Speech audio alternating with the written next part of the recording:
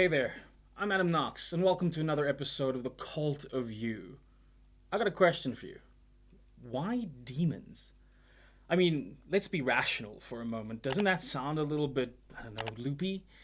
Why would a sane individual want to work with demons? Everything we've heard steal your soul, bind you for an eternity in hell, cause all kinds of havoc. I mean, if you've seen The Conjuring, they don't seem like the most pleasant type. Yet still, despite this, thousands upon thousands of practitioners, increasingly by the numbers daily, flock towards it. Yet at the same time, we also see the negative fallouts of some of those practitioners. But we also see very interesting patterns that emerge here. Today, I want to discuss this subject in a little bit more detail, and I want to help you understand why demons, what the frame is behind this, and how this was actually presented inside of the mystery schools for the initiate going through those stages, and why it might not even be the right place for you to start, but also how to find the secret power behind this simple idea that can start to transform a lot of the negativity in your life into pure, delicious gold. So, without further ado, sit back, relax, and remember to live deliciously.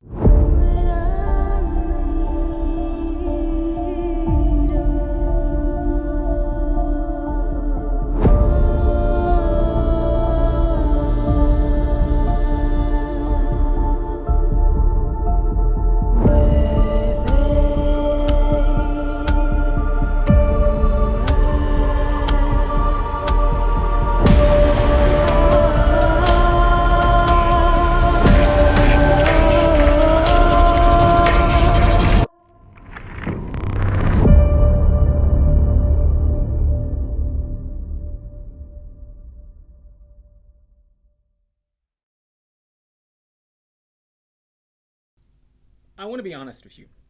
When I first started on this path, the entire idea of demons or the dark side is what I attributed to people that had mental health issues. People that were so desperate to for some kind of meaning or power in their lives that they were quite frankly lost, or kind of like the whole Hollywood or TV thing projected, were bad people. They had bad intentions and things like that. In fact, when I was about 16, 17, a young teenager, just blossoming into spiritualism, learning to develop my clairvoyant and psychic abilities, I would even be the one that suggested in the meditation circle that, I heard of a group of Satanists, or I heard of a group of demonologists, and we should all please send light to these poor lost souls.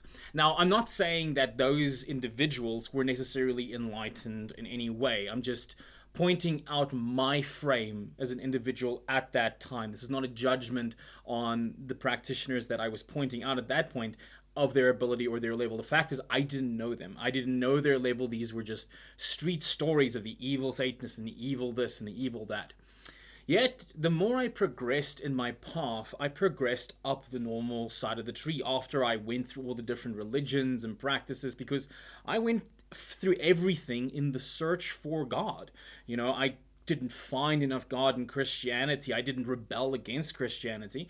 I just didn't find it there. I looked through everything and there were more flaws, and the more flaws I found, the more I searched to try to understand what was really behind that biblical text. Where did it come from? What was the frame? What were these people thinking? That led me into Kabbalah. That led me into a number of other ancient religions and studies. I practiced Buddhism. I practiced Islamic traditions. I practiced every single thing under the sun. And not at an entry level. I went and lived it.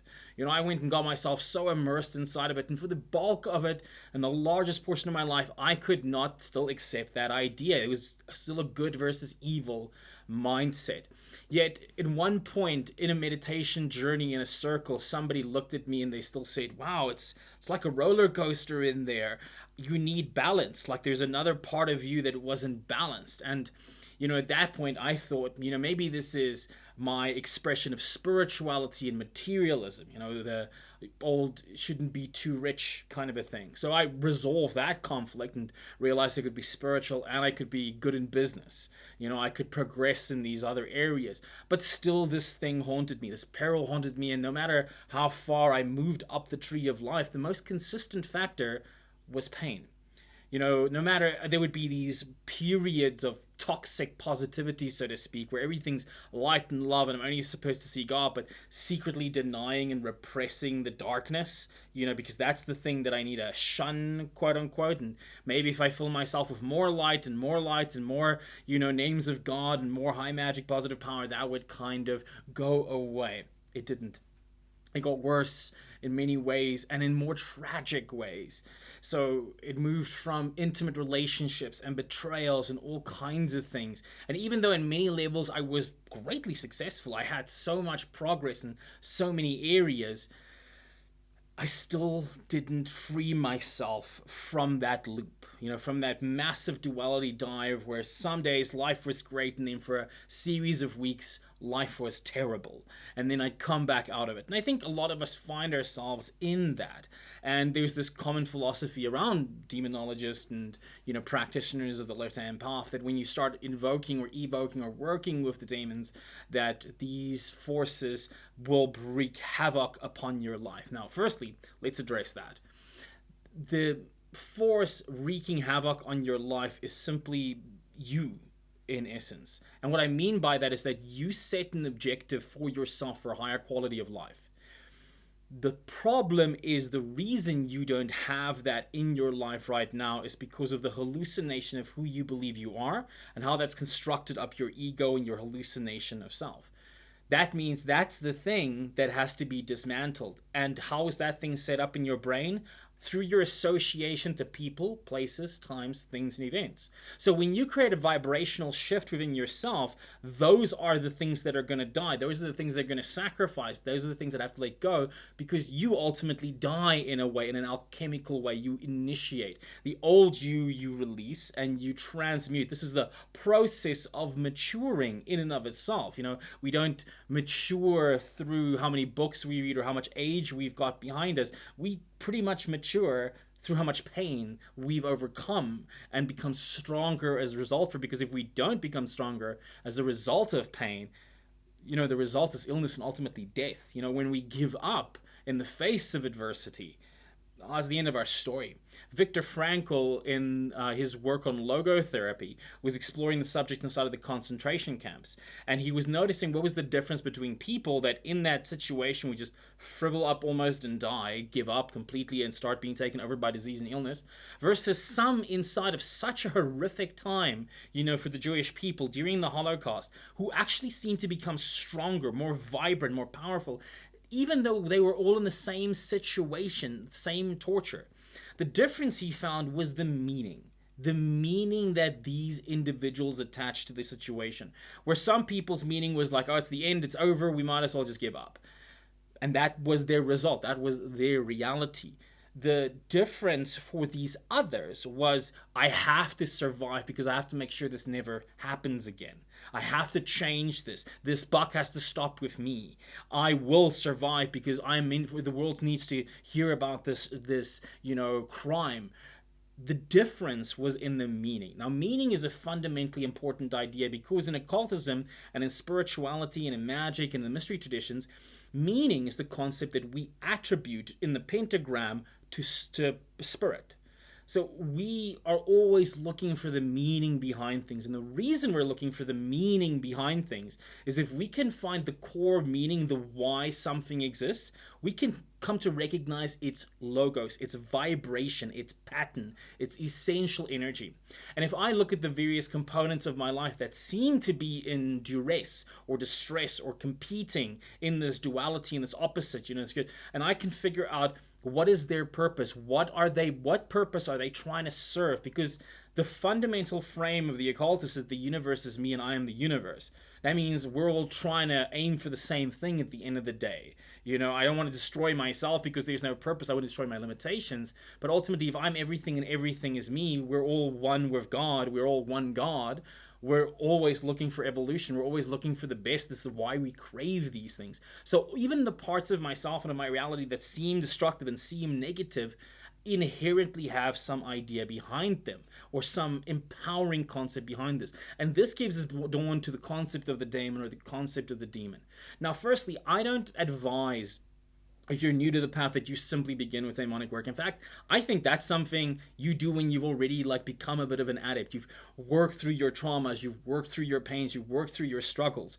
And this is also an idea echoed by the works of Kenneth Grant and Crowley. Many others also share the same philosophy, one in which the practitioner moves progressively in their psyche up the tree of life. In other words, you deal with your attachment issues, your attachment wounds. You deal with developing your 4 archetypes, your elemental dimensions. You then cultivate your planetary dimensions to a degree and recognize how this is all from you and not from the world. And you take ownership. You apply active imagination and dream interpretation to work with this God within this giant collective unconscious or personal unconscious that then gives you access to the collective unconscious. As you grow in your capacity, then only do you reach Bina, or the sphere of understanding, the progenitor of the Holy Spirit, the great Shekinah, the Holy Spirit, the mother of the matrix. And only there are you swallowed up by the dragon's head into Da'at, the fallen Sephiroth, into the fallen side of the tree, so you can resurrect the Klipothic realms, purify it. And even if you explore Klipothic text, if you read, for example, the work of Thomas Carlson in Kabbalah, Klipoth, and Goethic Magic, he highlights that before the Klipoth, during the shattering, there was still the light. It was the light. It was this that shattered. The spheres couldn't handle the light. So even in the Klipoth, there's that light. There's that quintessential light known as the Nitzutzut that needs to be resurrected or purified in order to do this. See, this is where our secret paradigm comes in. Once an adept or a practitioner has moved through all these, so they've got all these other areas in their life sorted out, they've done their basic shadow work.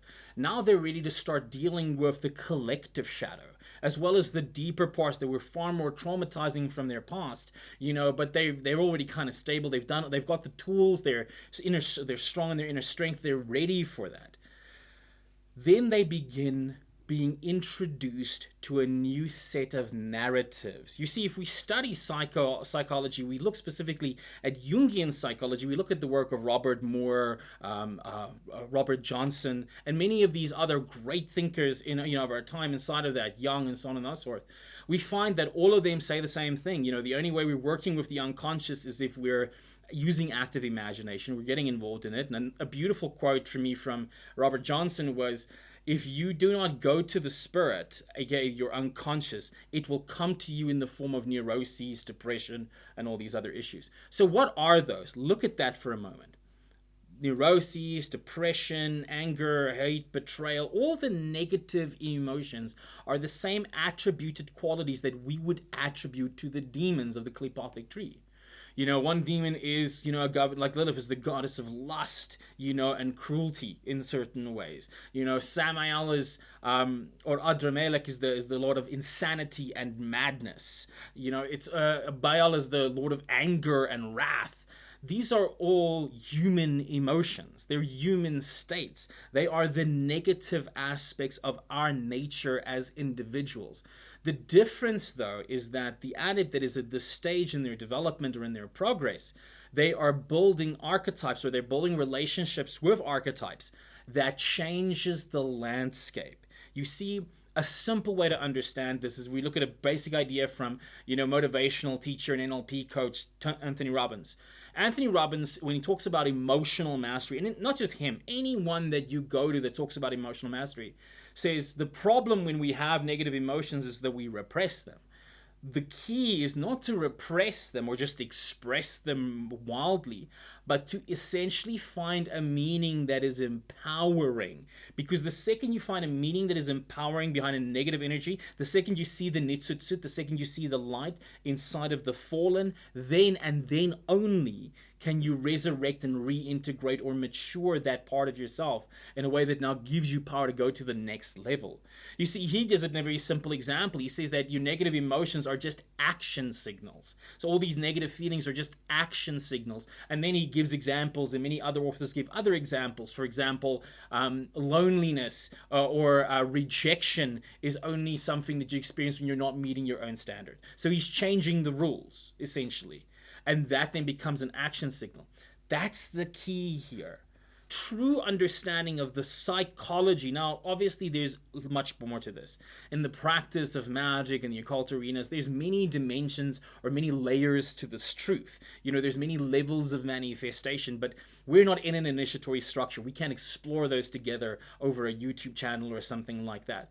But what we can do is share the psychological tools that'll equip you on how to deal with that. And that, my friends, is the purpose of those narratives. That's the purpose of these mythologies and these stories that you hear of the dark side of the tree and the demons and the things that dwell there and their nature. The essence is the same as the principle of Kali, or the idea of Kali, where some see her as the goddess of chaos and of destruction. In other aspects, she's also the goddess of time, the mastery of time. You see, because if you think about it, if I go out and I go train in a martial art, at first it's chaos. It's Kali.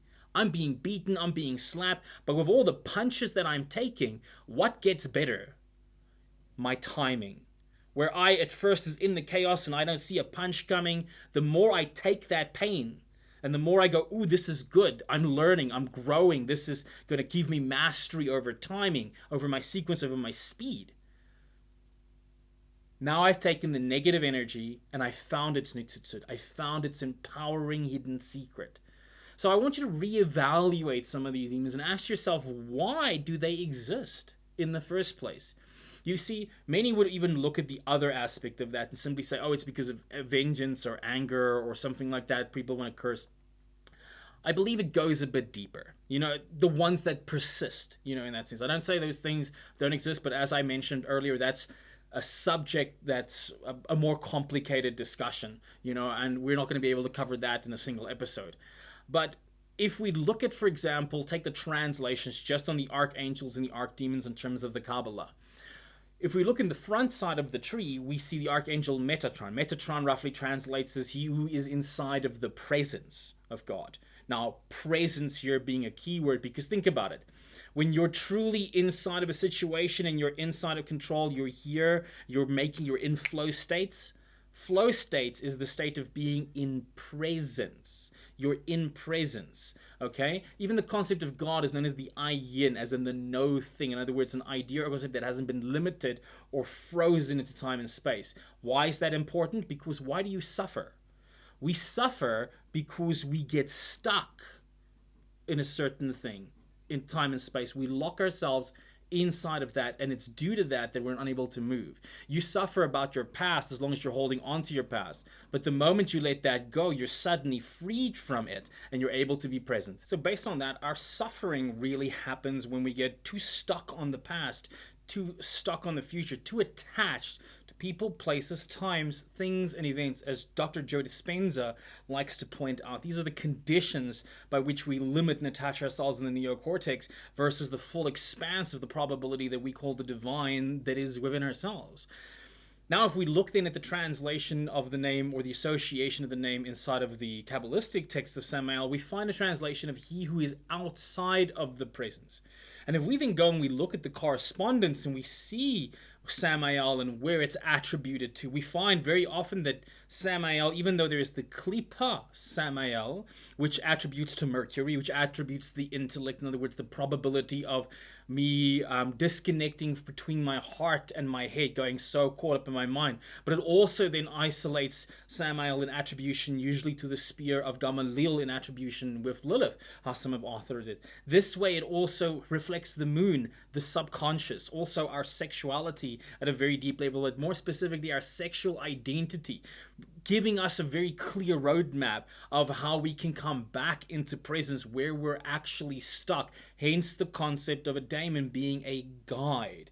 If we go and we study the history of these things, if we go and we study the correspondence Kabbalistically of these things, and we start to understand the fundamental premise that we're, as the first law of the Magi, always seeking a meaning that empowers us, then we're able to find the light inside of the darkness, the calm inside of the chaos, which again is the principle of Zen. Think even of the ideologies of the Igori, inside of their practice, they devote themselves to become closer to death. The practitioners of Santa Muerta, they devote themselves in changing the meaning and the relationship that they have with what most people consider a negative.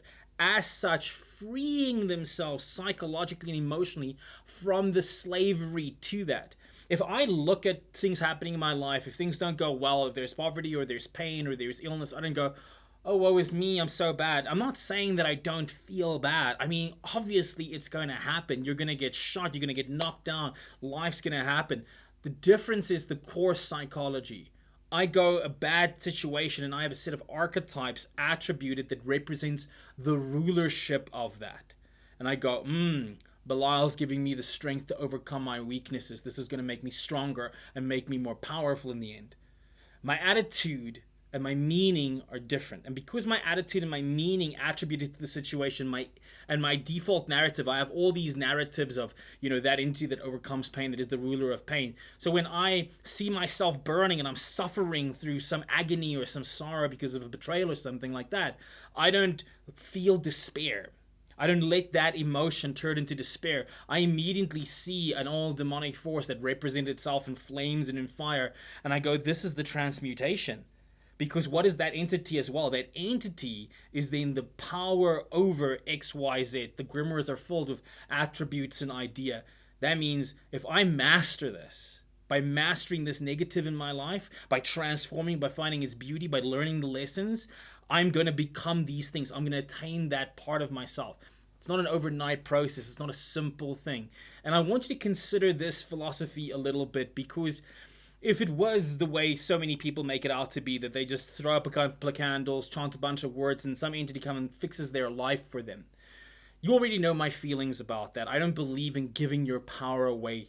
I believe in finding your power within and using these metaphors, these stories, these parts of the history of narrative, and asking why have these things continued to rise from the depths of our collective unconscious and continue to survive and grow inside of our society if there isn't a narrative value to them in our culture. You see, as Joseph Campbell said, every religion is true in that the symbolism is true. If we look deeper, what is the meaning of these names? What is the shape and design of that sigil? What does it mean? And what is the empowering meaning for my life, for myself? I get to perceive the darker mysteries from a completely different vantage point. Now, again, I've already illustrated that there is obviously more to that, as there is more to our development as individuals. Once we enter our own unconscious and we begin to reorganize things there, work with it there, and get in touch with those archetypes, we find out how real they can be and how that moves past our personal space into the transpersonal space. That's a completely different discussion. But I want you to understand that the philosophy was not that you'd start off with these dynamics. You work your way up the tree of life, then you progress through the dark side of the tree. And again, with the advancements that we have in therapy and neuroscience and NLP and all these other technology, it makes sense that people will now take these we call more information and more knowledge to work on these deeper sides. But understand that just picking up a grimoire, grabbing a sigil, doing a practice like that could be harmful.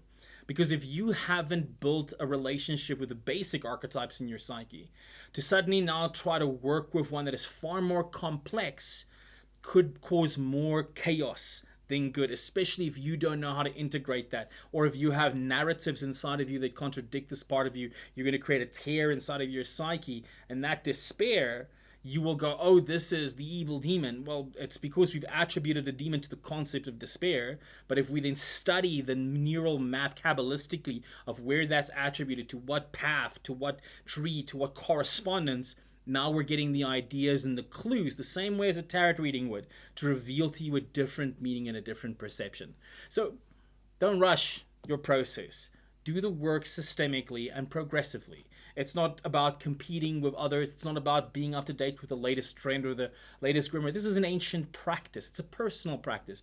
If it takes you lifetimes, that's fine. What is important is not how many people agree with you. What is important is how are you agreeing with your progress? Can you measure that progress? Are you seeing results? Because if you're not, maybe you're caught up in an intellectual fantasy. Are you practicing things from grimoire certain statements or from books of certain statements? If you're not seeing those results, maybe it's time to reevaluate the idea, because there is a science behind faith, a science behind magic, and a science behind religion, and you should be able to measure the progress. I'm not an advocate of some kind of supernatural grandiosity that claims some power is going to save your life. You are going to save your life. You are going to transform your world and become the king, queen, or ruler that your world and the people in our world deserve. But you're only going to get there through making peace with the demons inside of you. If you're not even there with the specific collective unconscious aspects of the shadow, begin with the shadow within yourself today. Begin with your hatred, your anger, your disappointment. Why do you cut people off? Why do you just do this? And I'm guilty of this myself. There's no immunity to this. You're just going to progress and improve as you go.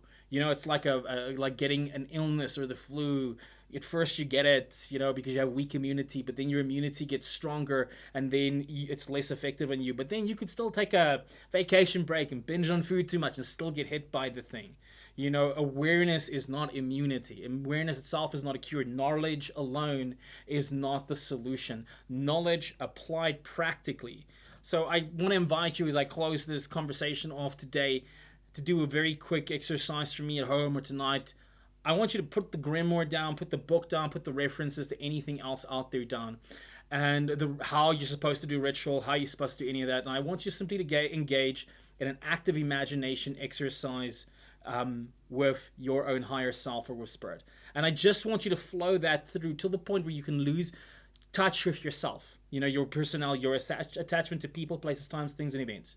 And then when you're done, write all of that stuff down and then simply look at it symbolically and ask yourself, what does all this mean? What is this telling me?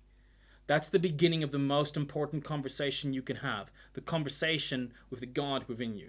I'm Adam Knox, and I hope you enjoyed today's episode. And remember to live deliciously. I've always felt a little different, a little uneasy between regular folk, a bit of a dreamer, a lost cause, a little non-ordinary, some would say. I think I've always just been this way. My mother said I was special, my father thought I should be feared. But I knew that witchcraft coursed through my veins the first time I tasted the lips of the goddess inside the rain. Yes, I'm a witch, it's true. And sure, we are the ones who believe in the beauty of nature, who believe in the things science, absent of art, cannot explain, who instead of religion would have romance. And sure, you may think we have lost our way, when in the world of predictable things we have such unfamiliar things that we would like to say. But maybe, in a world so cold and alone, a little unfamiliar is exactly what is needed to show us the way home.